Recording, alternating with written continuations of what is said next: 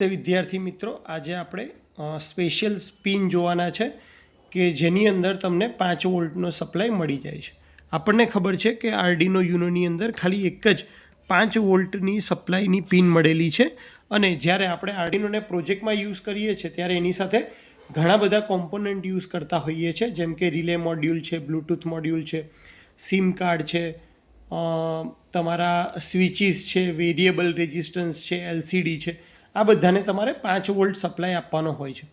તો આ 5 volt supply આપવા માટે તમે જનરલી બ્રેડબોર્ડનો યુઝ કરતા હોય છે કે આપણે 5 વોલ્ટનો સપ્લાય આર્ડિનોમાંથી લઈ અને બ્રેડબોર્ડને આપી દઈએ અને બ્રેડબોર્ડમાંથી એનું મલ્ટિપલ આઉટપુટ લઈ લઈએ. પણ આર્ડિનોમાં પણ એવી સ્પેશિયલ પિનો આપેલી છે કે જ્યાંથી તમે 5 વોલ્ટ યુઝ કરી શકો છો. તો કઈ કઈ છે એ? તો સૌથી પહેલાં RX અને TX ઉપર 5-5 વોલ્ટ આવેલા છે. અહીંયા એક RXની પિન, ત્યારબાદ આ TXની પિન ઉપર 5 વોલ્ટ છે.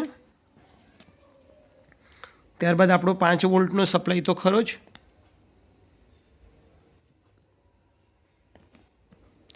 ત્યારબાદ આવે છે જે રીસેટવાળો વોલ્ટેજ છે એ 5 વોલ્ટ. ત્યારબાદ આવે છે ઇનપુટ આઉટપુટ રેફરન્સ. તો આટલી તમારી 5 વોલ્ટનો સપ્લાય આર્ડિનો પર છે. એ સિવાય સ્પેશિયલ આજે હું તમને 4 પિન દેખાડવાનો છું આર્ડિનોમાં કે જ્યાં તમને 5 વોલ્ટ સપ્લાય મળે છે.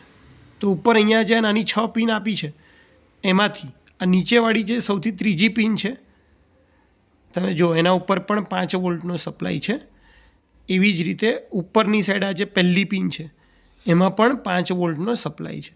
બાકીના બધે પિન ઉપર 0 અથવા 1 વોલ્ટ આવે છે, તો એ આપણને કામ નહીં લાગે.